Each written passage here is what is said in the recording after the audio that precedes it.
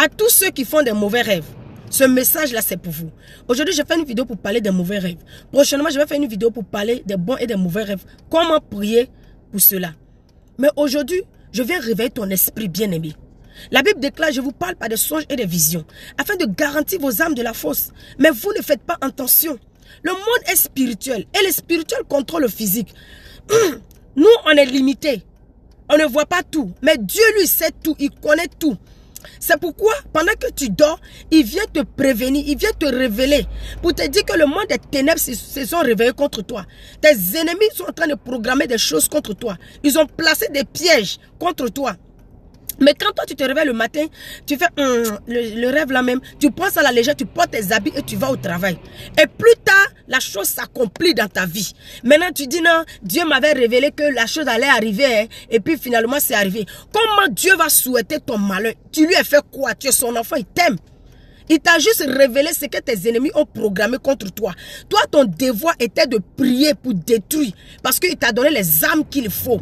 Mais tu n'as pas prié, donc c'est comme si tu acceptais que la chose s'accomplisse dans ta vie. Hein?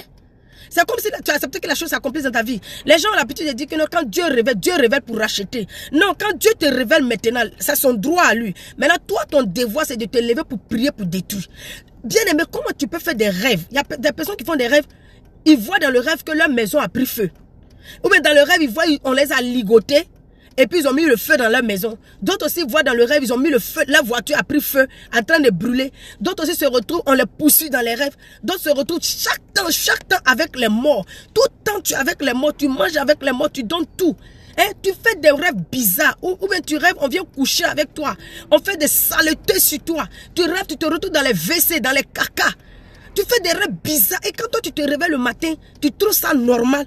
Il faut être un peu enragé. Il faut avoir une sainte colère en toi. Il faut avoir une sainte colère en toi. Et utilise les armes. Le Seigneur t'a donné les armes. Il dit, je vous ai donné le pouvoir de marcher sur les serpents et les scorpions. Brise-les, annule-les au nom de Jésus-Christ. Et cela c'est fait. Parce que quand le Seigneur te révèle ces choses comme ça veut dire qu'il y a un ennemi à quelque part. Ou bien le diable même. Il s'est levé contre toi. Il veut te détruire. Il veut tuer les vies que Dieu a mis en toi. Il veut te détruire. Ne prends pas ce genre de rêve à la légère. Ne prends pas ce genre de rêve à la légère. Le Seigneur dit tout ce que vous allez lier sur la terre sera lié dans les cieux. Tout ce que vous allez délier sur la terre sera délié dans les cieux.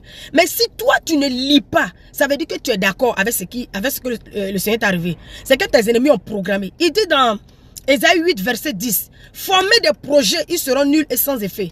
Donnez des ordres, ils seront anéantis. Tu vois, donc quand les ennemis ils ont programmé des mauvais trucs comme ça, le Seigneur